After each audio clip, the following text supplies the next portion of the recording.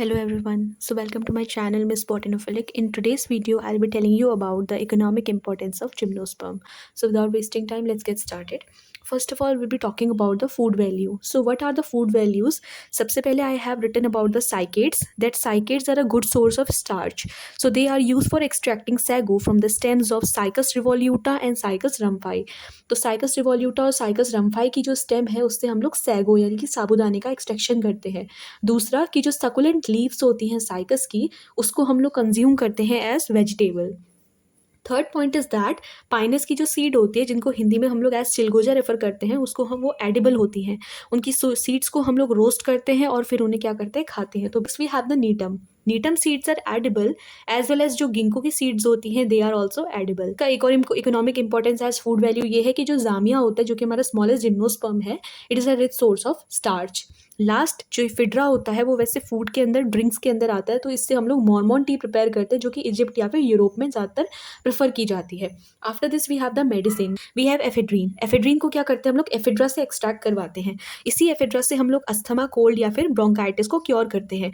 After this टेक्सोल नाम की drug होती है, जो कि टेक्सस एक जीनस है, जिम्नोस्पर्म है, उससे ऑब्टेन की जाती है and it is anti cancerous. Third कि साइकस की जो लीव्स होती हैं उससे जूस का एक्सट्रैक्शन होता है, और ये जो जूस होती है ये ब्लड वॉमिटिंग को क्योर करती हैं। देन साइकस की जो स्टेम होती है it is used for root hair treatment, specially cycas pectinata की जो स्टेम होती है। इफिड्रा के बारे में कहेंगे तो इफिड्रा का जो टिंचर होता है उसको हम यूज़ करते हैं as cardiac stimulant. Next we have the cycas gum. Cycas gum जो होता है उससे हम लोग मेलिगेंट अल्सर या फिर एंटीडोट को यूज़ करते हैं। It is use to prepare the antidote which is use to cure the in snake bite. ठीक है, तो ये इसकी कुछ मेडिसिनल यूजेस हैं। Now timber. Timber, they are the soft wood, lightweight and resistant. Like citrus deodara wood is used to make the incense stick. ठीक है, citrus deodara की wood से हम लोग incense stick यानी कि अगरबत्ती बनाते हैं। उसके बाद से पाइनस की जो wood होती है उससे डोर, पोल्स, बीम या रेलवे फ्लोरिंग्स का प्रिपरेशन किया जाता है। पाइनस रुक्सबर्गी का जो वुड पल्प होता है उससे पेपर का प्रिपरेशन करते हैं। जूनी पेरस की जो वुड होती है उससे स्केल्स, पेंसिल या फिर होल्डर का प्रिपरेशन किया जाता है। After this we have as ornament. Ornament में जैसे साइकस की स्पीसीज है उसको for the purpose of decoration हम लगाते हैं।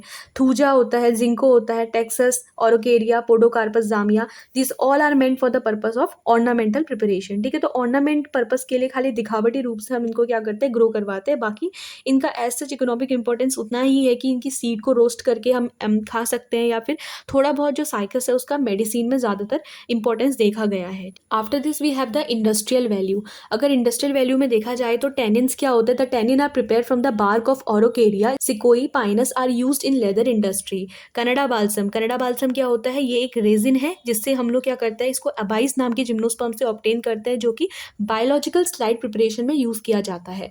एम्बर क्या होता है, it is a fossil resin which is prepared from pinus succinifera, use to make pipe, cigar holder and jewellery. After this we have oil. तो edible oil prepare किया जाता है from the seed of cycas revoluta and pinus cembra. Red cedar wood oil is also obtained from the hardwood of Juniperus virginiana is used as immersion microscopy। ठीक है, तो Juniperus virginiana की जो hardwood होती है उससे रेड सिडार वुड ऑयल का extraction होता है, जिसको हम लोग इमर्जन माइक्रोस्कोपी पे यूज करते हैं। आफ्टर दिस सिट्रस और दियोदारा से क्या होता है, ऑयल का एक्सट्रैक्शन होता है, जिसको परफ्यूम और सोप को प्रिपरेशन में हम यूज करते हैं। इसके कुछ अदर यूजेस भी आते हैं, लाइक नीटम है। नीटम की जो बार्क होती है उससे हम लोग ऑब्टेन करते हैं फाइबर को, that is used for making fishing nets and rope. After this जो हमारे कॉनिफर्स होते हैं they are used as a good source of fuel, like stem या फिर cones of pinus. Now living fossil like cycas and ginkgo provide scientific knowledge about the past flora of the earth. Last ये है हमारा कि strong root system जो होता है gymnosperm का प्रोवाइड द सॉइल इरोजन। ठीक है, तो ये क्या करता है, जो स्ट्रॉन्ग रूट सिस्टम होता है जिम्नोस्पर्म का, वो सॉइल इरोजन यानी कि लॉस ऑफ सॉइल को प्रिवेंट करता है। तो ये कुछ इकोनॉमिक इंपॉर्टेंसेस में एडवांटेज है जिम्नोस्पर्म के। Now let's talk about the disadvantages of gymnosperm. Now these are some disadvantage of gymnosperm that I have actually concluded, because net पे ज़्यादातर क्या होता है, सिर्फ और सिर्फ एडवांटेज दिए जाते हैं, लेकिन किसी भी चीज़ के एडवांटेज भी है तो डिसएडवांटेज भी वहाँ पे अवेलेबल है।